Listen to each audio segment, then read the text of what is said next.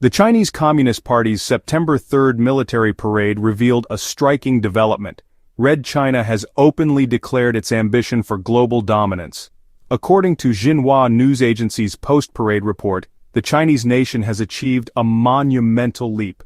From standing tall to prospering and now emerging as a formidable power, the rejuvenation of the Chinese nation is unstoppable, its strength undeniable, advancing toward the radiant future of national revival, global peace and development, and the creation of a shared destiny for humanity.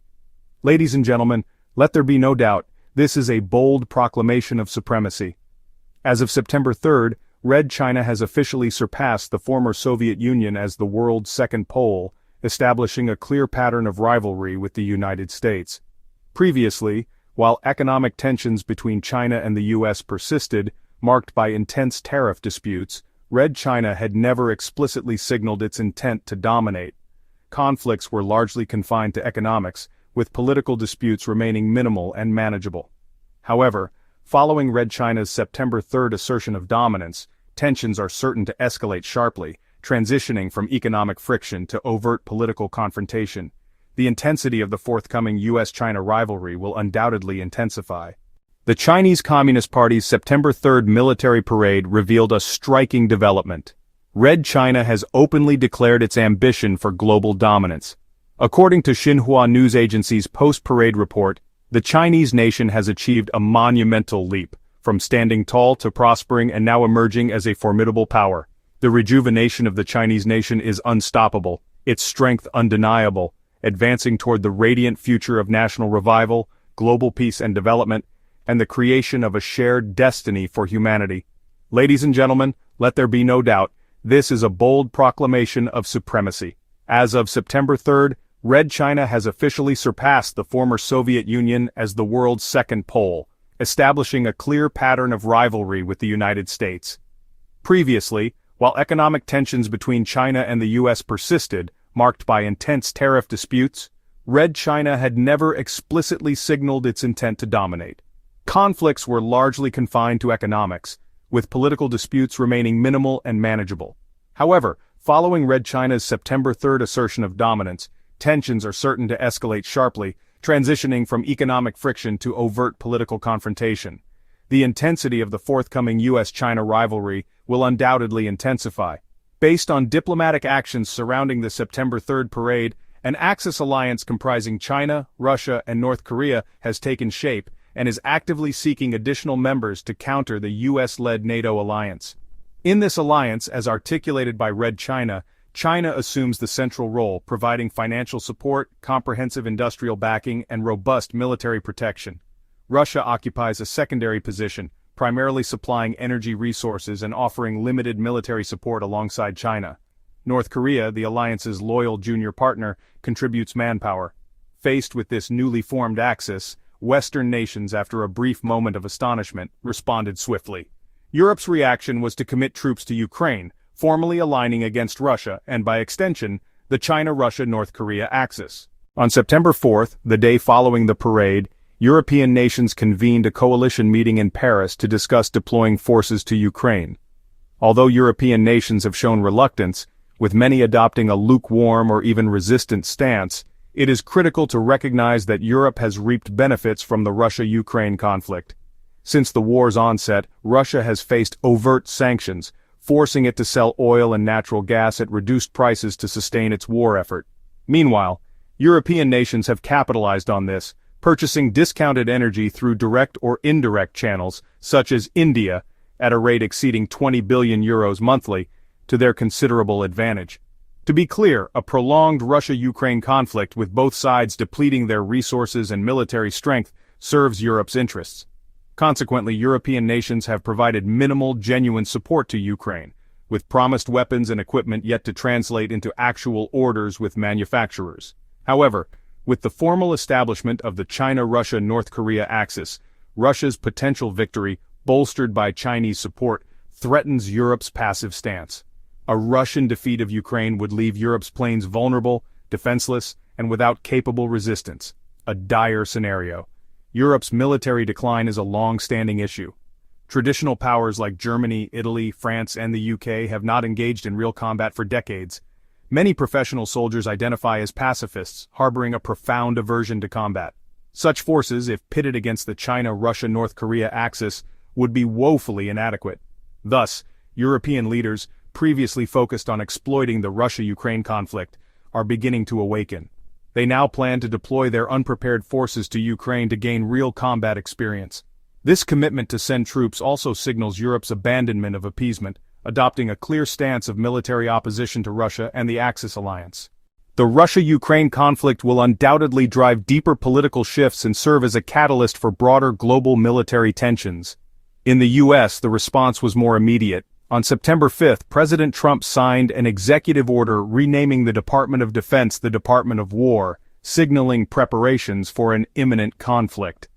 The department has been tasked with drafting a new defense strategy, with reports indicating a focus on securing the political stability of the Western Hemisphere, encompassing North and South America.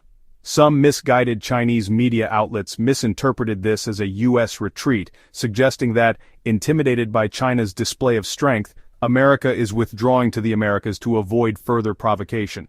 Let me be clear, when facing external threats, securing one's own region is a fundamental step in war preparation.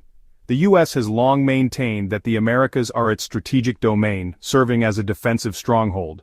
Previously, it tolerated regional instability and Chinese influence in various American nations. However, with the formation of the China-Russia-North Korea axis, the U.S. will prioritize stabilizing the Americas, decisively suppressing anti-American forces, and eliminating Chinese influence.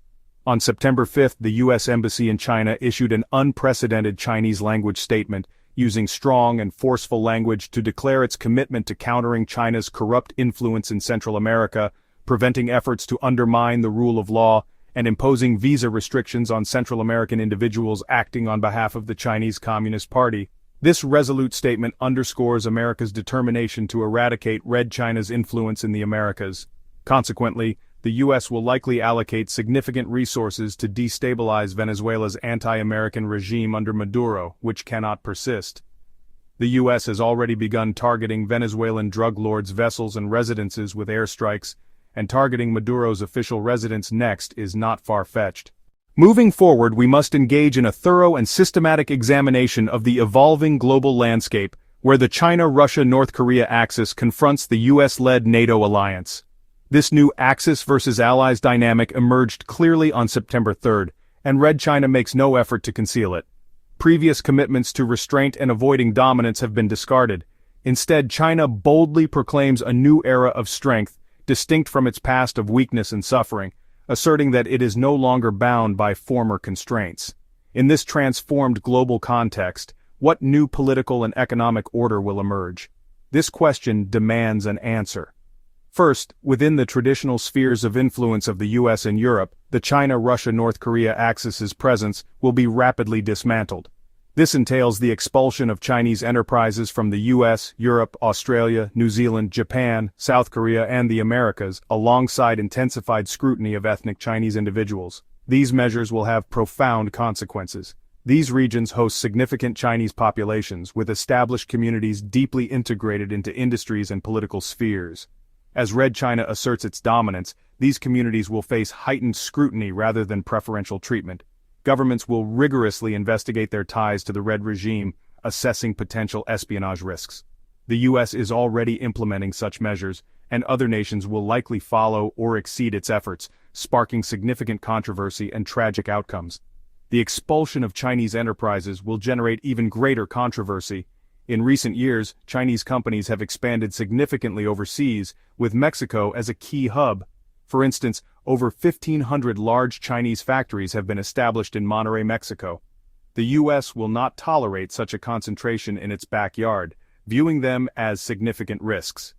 These enterprises will face expulsion or nationalization by the Mexican government in the near term. During this pivotal global shift, enterprises will face immense challenges with no means of resistance, forced to endure silently. Concurrently, Western nations will accelerate the withdrawal of their assets from China. While foreign companies in China have begun retreating, their efforts have lacked resolve. These withdrawals will now intensify, with many firms abandoning operations without comprehensive relocation plans, leaving assets behind to be confiscated by Red China, a necessary cost. The second critical question is whether China, Russia, and North Korea will initiate wars, attacking Western regions, occupying territories, enslaving populations, or seizing resources. The answer is straightforward. Russia has a limited desire to expand into Europe, but it is not overwhelming. Despite 3.5 years of grueling conflict with Ukraine and significant losses, Russia has not issued a general mobilization or mandatory conscription. Putin relies on voluntary recruitment, using relatively high salaries and benefits to attract impoverished Russians from remote areas. China and North Korea exhibit even less expansionist ambition. China struggles to manage its existing territory and population, viewing additional people as a burden rather than an asset. Its leaders wish for a reduction of 400 million low-end citizens to resolve all issues. Similarly, Kim Jong-un is content controlling North Korea's 26 million people. Managing more would only increase costs without benefit. Thus, the China-Russia-North Korea axis lacks a strong drive to initiate wars. This differs markedly from the pre-World War II era, when major powers sought territorial and population gains to secure markets for industry. Today, additional population equates to higher management costs, outweighing any benefits. Population is a liability, not a dividend. Consequently, the logic of warfare has shifted. The Axis nations have little interest in expansionist wars. This applies even to the Taiwan Strait, where China's fixation is not about Taiwan's 23 million people, but the regime's legitimacy. Failing to reclaim Taiwan with a persistent one China, one Taiwan scenario undermines the Red regime's claim as China's sole legitimate government. The Republic of China's potential to reclaim the mainland retains full legitimacy, fueling the Taiwan Strait's escalating tensions. For Taiwan, the optimal solution to defuse the crisis is to relinquish the Republic of China title and any claim to China, severing ties to mainland legitimacy. This would significantly reduce tensions. The China-Russia-North Korea axis formed to counter Western pressure, driven by acute regime survival crises. For these nations, ensuring regime stability is the paramount, if not sole, priority.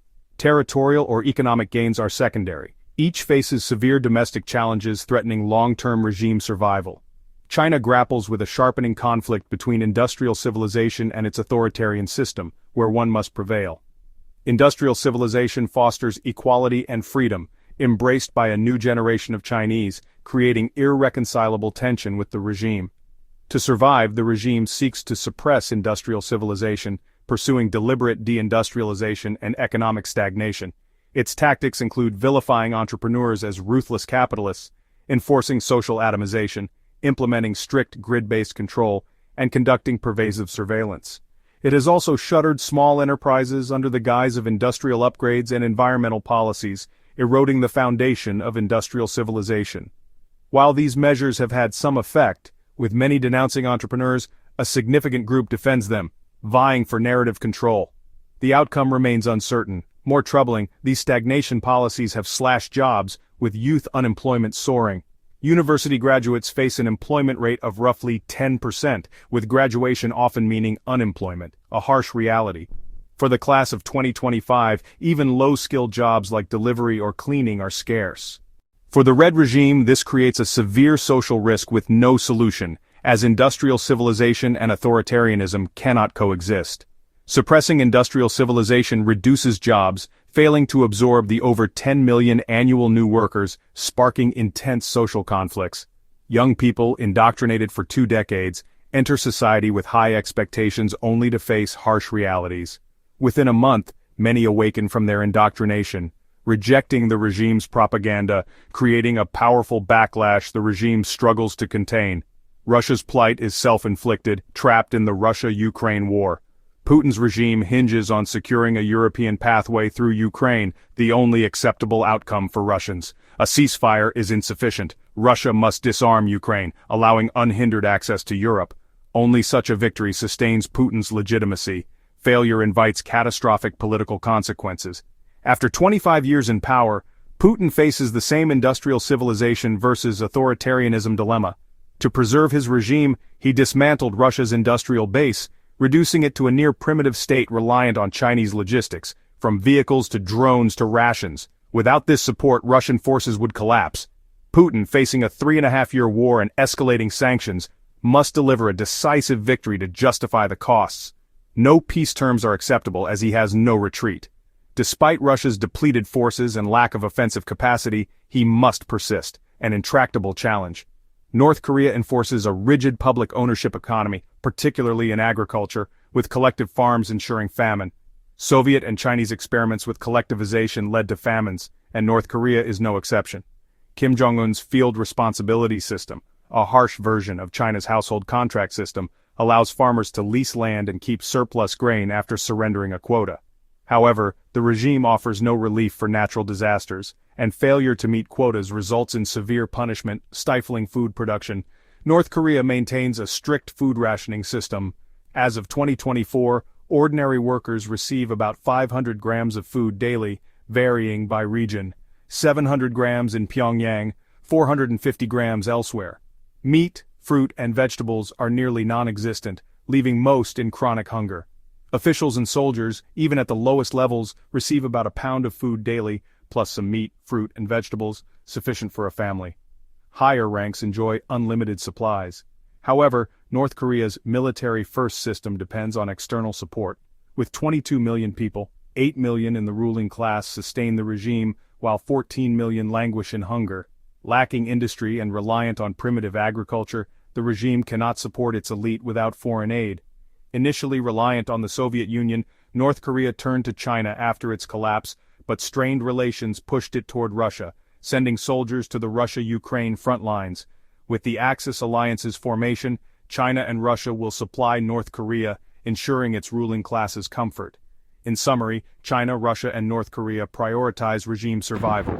China's de-industrialization has begun, slashing jobs and causing public hardship, with no solution for its surplus 400 million workers. Russia's fate is tied to an unsustainable war, with no path but an unattainable victory. North Korea seeks resources to sustain its elite. None seek territorial expansion. The Axis alliance exists to counter Western pressure, with North Korea exploiting the opportunity for gain. This alliance is unlikely to initiate wars against the West or neighbors. China may stage conflicts in the Taiwan Strait or South China Sea, claiming victory to justify domestic suppression, targeting a reduction of 400 million people for stability. Russia, with Chinese support, will endure sanctions to prolong the war until Putin's end. The Axis's true aim is internal control, using external tensions to justify authoritarian continuity. Thanks for watching and joining us on this journey to unveil China's many layers. If you found this video insightful, please give it a thumbs up, share it with others, and hit that subscribe button to stay updated. See you in the next video.